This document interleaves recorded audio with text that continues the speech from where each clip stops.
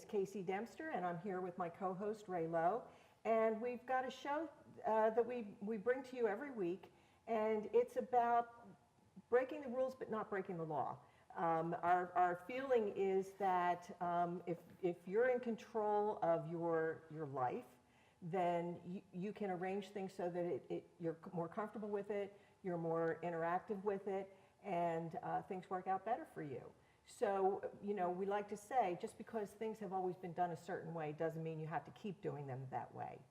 And that's what we try to do here, is we try to introduce you to people that are breaking the rules and having a successful life and a fun life doing it. But first, let me get to my quote for the week. And this quote comes from a gentleman named Victor Webster. I'm not sure who he is, but he has a great quote. It says, "I don't want to miss out on the chance of having a good time." And when I read that, I thought to myself, you know, I've already embraced that as a personal rule.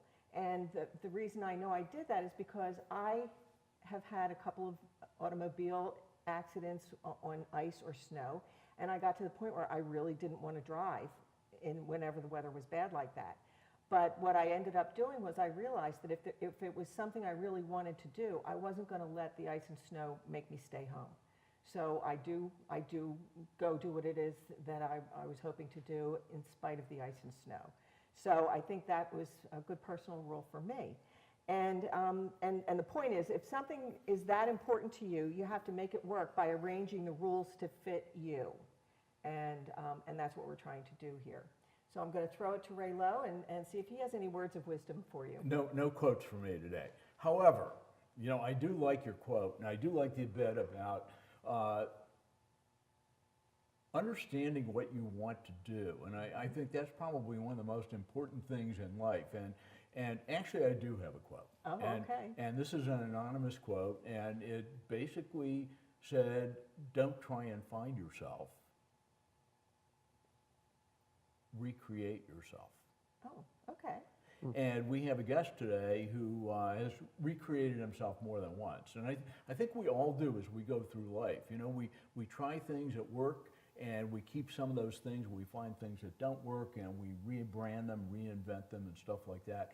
But in the end, as we go through this journey, we find our mission, and we find where we want to be. Mm-hmm. And this interview today is especially near and dear to my heart, because long ago and oh so far away in my life, when I was back in the financial advisory business, mm-hmm. we had a firm called College Money, and we helped people back in the 70s mm-hmm.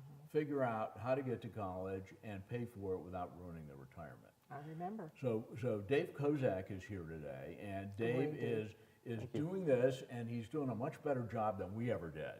Well, I don't know that I would go there. and I think that Dave's real mission in life is he wants to be known to all the people that he helps as Uncle Dave, the person who helped you get to college.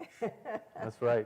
A strong mission. So let's take a minute and talk a little bit about you and why you're in this college planning business. I mean, how did you get into this, and what happened? You know, I had a fortunate experience. I got a great education. I was able to go to Franklin Marshall College in Lancaster, Pennsylvania. It was a tough school. Got out, and you know, while I was there, I played baseball. I was in a fraternity. I had the total college experience. I loved every minute of it.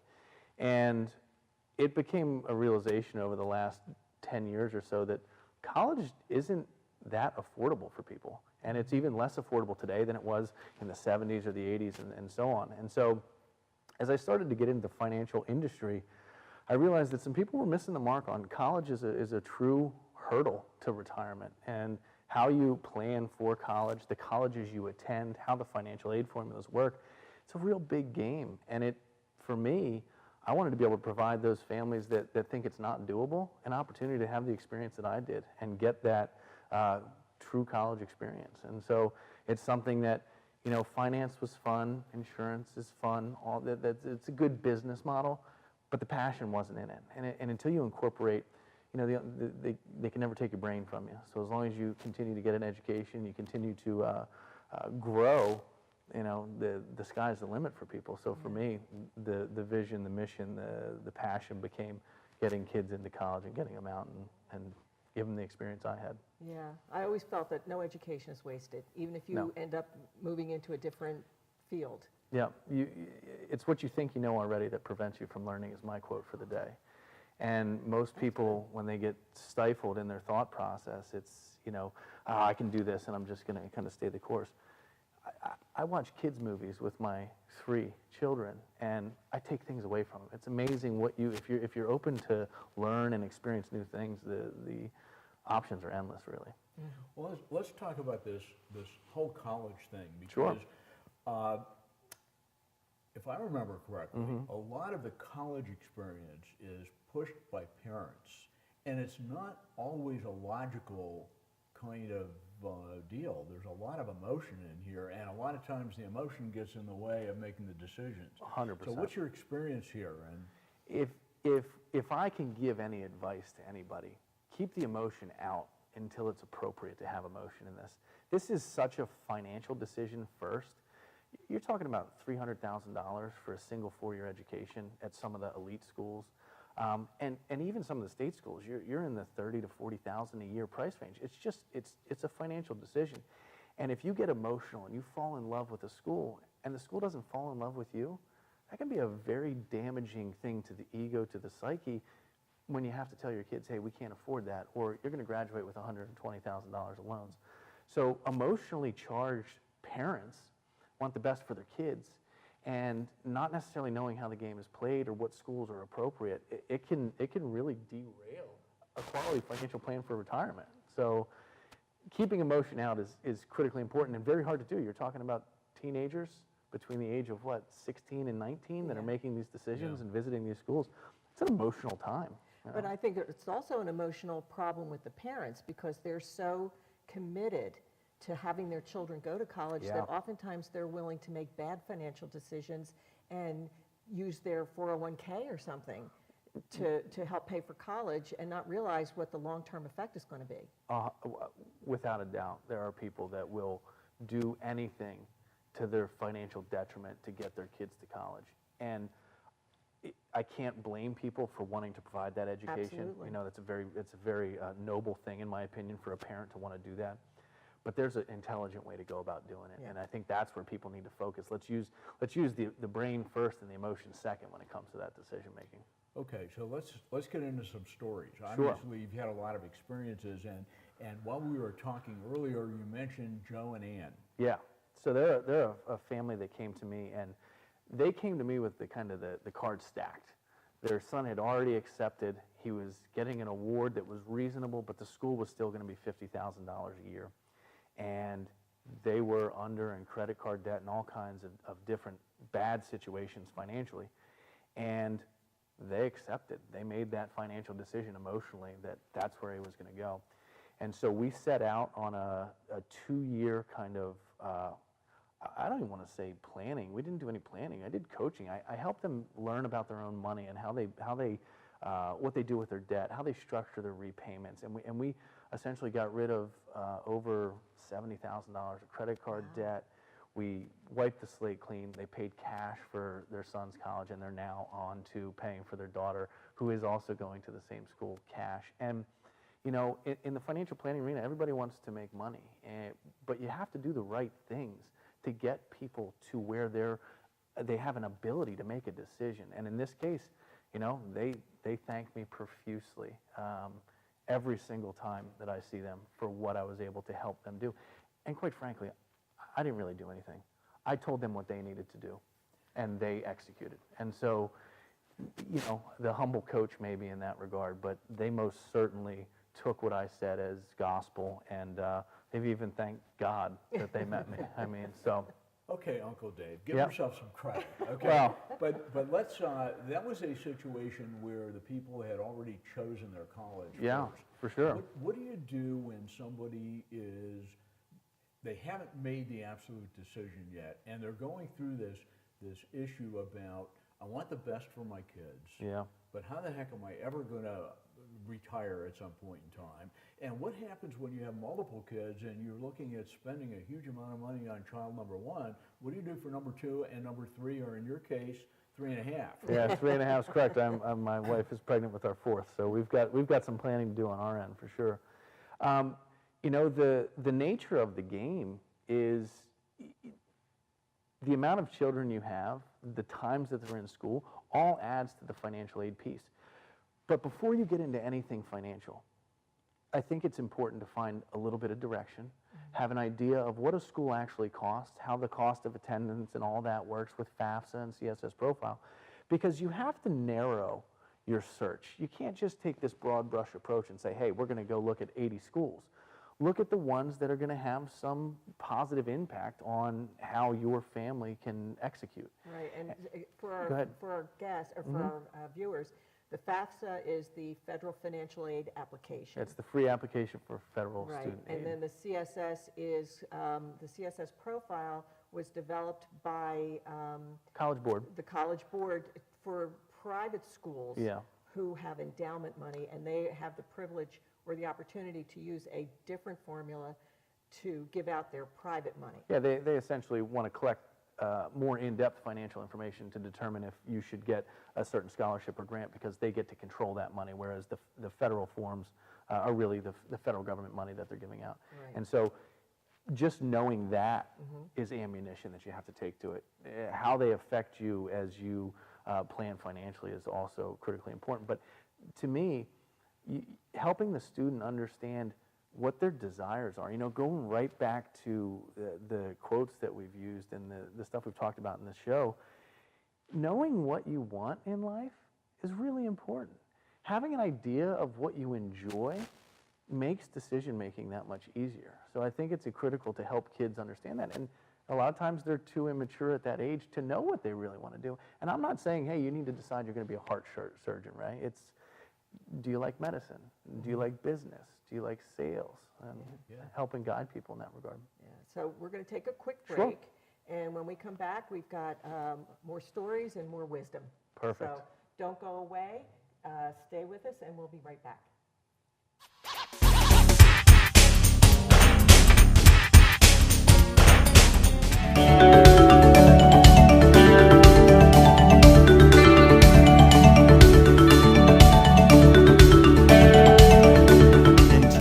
Is a platform for people of any industry to share their story.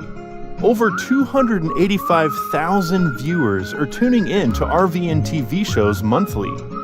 We guarantee a great experience that you'll be sharing with everyone you know while increasing your personal and company's brand awareness. But what is your brand?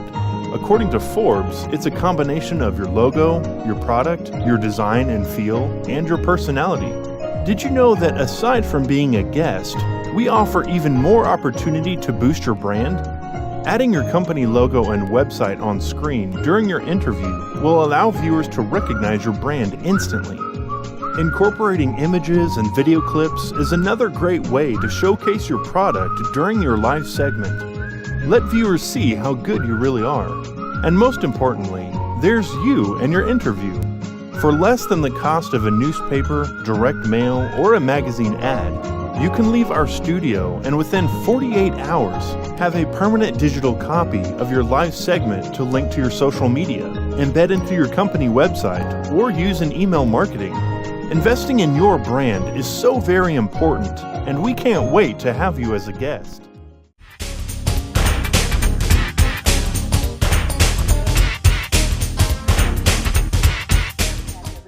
I'm Casey Dempster here with my co-host Ray Lowe and our guest Dave Kozak. Our show is Breaking the Rules, and today we're talking with Dave about college and college planning. And when we went to break, you were talking about helping people to understand what they want. Yeah. Because I think there was a quote from Yogi Berra: "If you don't know where you want to go, you won't get there." And so tell us a little bit about the process that you start to work parents through to get them to make the good decisions. Yeah, I think, you know, we do it kind of on a double-head spear.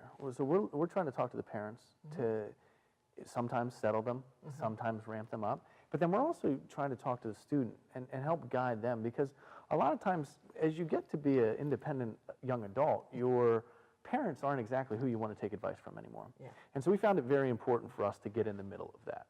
And what we try and do is give people an option, educate them about the options. You know, Ray, we were talking over the break, and the reality is that not everybody needs to be a Harvard scholar. Not everybody needs to go to a Penn State or Ohio State or University of Miami. There are a lot of opportunities in this day and age for people that are willing to get an associate's degree in construction management, for people that are willing to go to, you know, get a certificate for HVAC or plumbing. And the more those trades become needed, the more opportunity presents itself, the better the pay, the better the 401ks, the insurance, and all that stuff. So, you know, my brother-in-law is an electrician and does very well for himself. And, you know, he didn't go to college. It's not that you have to. What we really try and do at Paradigm is we want to provide those families that think it's not a possibility a pathway to execution, to make it so that they can afford it or they can borrow the right loans and that they don't hamstring their retirement. You know, when you look at this, college leads right up to retirement for most people. And if you screw up in college, you're affecting your retirement. And so you have to look at it as one bucket of money for that, in that regard. So when do you start this? I mean, I remember that people came in when the kids were seniors in high school and said, we're starting early, right? Yeah, and the reality is people are a little smarter now. I'm not going to say that the general population comes in when they should. I think you really need to start when your kids are very young, trying to get trajectory and financial expectations put aside. But ultimately, freshman year of high school, if you're having the right conversations and you're planting the right seeds for the kids, while they go through their daily experiences, they can pick a subject that they enjoy. They can start to say, oh, well, I really enjoy that. Is there a possible career there? And then they can explore those options. And once you explore career paths, you can determine if that's something you're interested in. And so the earlier, the better. I always say if I could get a group of motivated kindergarten parents together to think about college, I would. But typically they're worried about, you know, T-ball, daycare, And the other chauffeuring. thing that in the years that we were doing college money, and I don't know if it's still the same, but there were oftentimes parents who kind of didn't pay attention to the financial issues. They knew college is a big dollar sign bill, but in their minds they kind of thought that they were going to get financial aid, so they were kind of like using that. Is that still the case? There's a lot of kick the can down the road, Yeah. for lack of a better solution. What we try and provide is and I often say sometimes that I'm actually paid to put it in front of people that there's a real problem coming. But I don't like when people pull the ostrich. They put their head in the sand and it's, hey, you know what, we're struggling over here, so there's no way that we can possibly plan for college over here.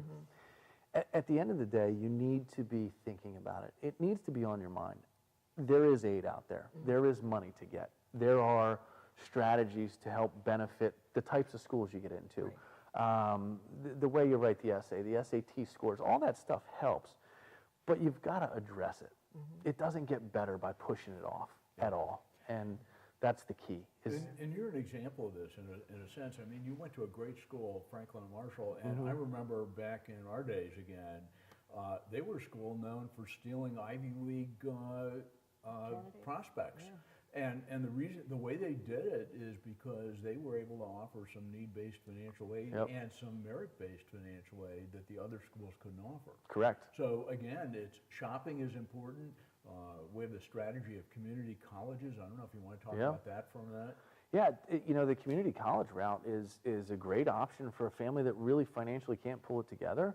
You can get a 2-year associate's that feeds directly into a 4-year program. There are so many different avenues that you can take to get that 4-year degree. The key component is you have to address those avenues early. When you're a senior in high school and you're looking to go to a community college to get a 4-year, it's too late to be doing that planning. I'm not saying it's not doable, but if you start it in your junior year and say, you know what, this is the pathway I'm going to take, and you define that, now you have something that you can actually execute. Until that point, you know, it's kind of, or up until that senior year, you're putting yourself under the gun unnecessarily, you know. Cool. Tell us about Loretta. So one of my favorite stories, because when this family came to me, They had a set of twin girls, very, very bright girls. One was very bright and athletic. The other one was an absolute scholar. And Loretta came to me with the realization that my children are going to go to these prestigious, expensive schools because they've worked that hard. And her concern was she had twins. How do I pay upwards of $120,000 in a single year? That was about her income at the time. How do I actually execute and get my kids to school? And brought her in, settled her down a little bit, and we started talking. I said, you know, the benefit of having bright children is they can get into schools that have these ancillary grants that they can offer. And if you use athletics the right way, you can get into schools that you might not otherwise get into. And so we set through a bunch of financial planning to put her on a great, to make her appear absolutely perfect to the schools to maximize her financial aid position. At the end of the day, Loretta, her daughters are now juniors, and they are excelling, and she's paying cash for college again, and we were able to drive the cost down. And I won't name the schools, but they're $50,000 plus for the price of the schools. She's paying $21 at one and $23 at the other. And so she's paying the combined total for one of those schools for both of her children, and it's being completed. Yeah, and you know, a lot of people may not realize this, but sometimes when you have more than one student in college at the same time, that can actually make you more eligible for some financial aid. And unfortunately, when parents are having their children, they sometimes space them out so that there's only going to be one in college at the same time, and that that's can be more sometimes worse. painful. Yeah. That component of what's called the expected family contribution is just, it's a family contribution. So if you have 4 kids in at the same time, your contribution doesn't go up. It's a static number. Now, that doesn't mean that the schools are necessarily going to grant you that number. Right. But in this particular case, we found 2 schools. We were very specific about the academic standards and the grants and scholarships and the private money that they had. And by effectively choosing the right schools, now they were a match for those girls individually. And that's the most important thing, I think, is to make sure that For the sure. school matches the student and the student matches the school. Yeah, I mean, the conversations we were having when we walked in about, you know, people going and I'm leaving the first day they get there. You know, you don't want that situation.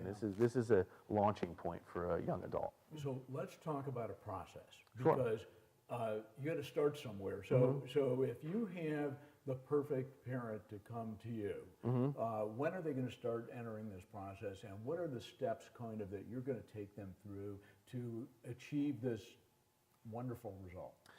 So we realized at Paradigm that there's a need for education, right? And it's what you think you know already that prevents you from learning, which I've already said once. And so there's a lot of preconceived notions about the college process and financial planning as it pertains to college. What we've done in our business is we've set up a systematic sequence of seminars that we offer to people. And so you can come listen to us speak about it, get an education, and kind of a launching point again for coming in and talking to us. We believe you have to have some semblance of knowledge before you can just make a decision about college. From there, as we attract clients and they become clients, we take them through planning for college admission and planning for financial admission and how that's going to work. And so it's a twofold process. We're going to help you figure out the right schools for you, for your children, for your financial makeup, and then we're going to teach you how to not overpay, but yet have the money to pay. And in all instances, people can't necessarily pay for college. Right. Sometimes we do coach loans. We do teach people how to do that. But the key is we teach the loan side responsibly so that it doesn't become this suffocating debt for the parent or the student. Yeah. Now, you're in this education process. How do you do that? And how, if I were a parent, how do I get into that process with you? So the easiest way to find out where, we do probably 80 to 90 seminars a year. And if you go onto our website, which is pfgiusa.com, and you go to workshops, you can see where these workshops are. You can simply sign up and come see us. And you can get, and that will start the kind of entry point into our process. And from there, the rest is kind of automated, you know. Are these live? Yeah, workshops? absolutely. And do they cost anything? Or No, they're free workshops we provide. Again, very firm in our belief that you need some basis of education to understand what we're talking about. Okay. If we don't have a level playing field before we start discussing what you're doing, you're going to have the preconceived notions that are sometimes untrue. And between myself and my partner John Lennon and some of our other staff, we do workshops all over the place. And it's, again, it's the education we believe you need before you can actually start planning for college. That's fantastic. You know, we've come to the end of our show, unfortunately, because I think there's a lot of We could great go. knowledge and wisdom sitting next to me. Thank you. So I want to thank everybody. Thank you, Dave. You're welcome. Thank you. Look forward to seeing you all next week. And thank you for joining us today on Breaking the Rules. Yeah, and Uncle Dave. Thank you, Great sir. having you.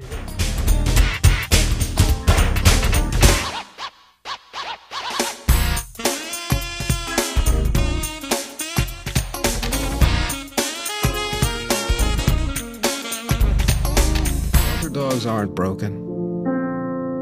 They've simply experienced more life. If they were human, we would call them wise.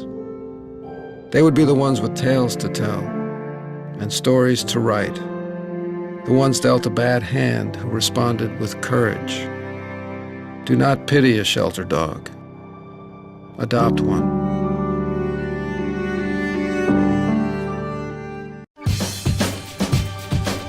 Say we've got grit, and we'll take it as a compliment. Because it's our uncommon drive, our spark within, that brings us together and sets us apart. We are temple made. And when others take shortcuts, when others take breaks, when others take the easy way, we take charge.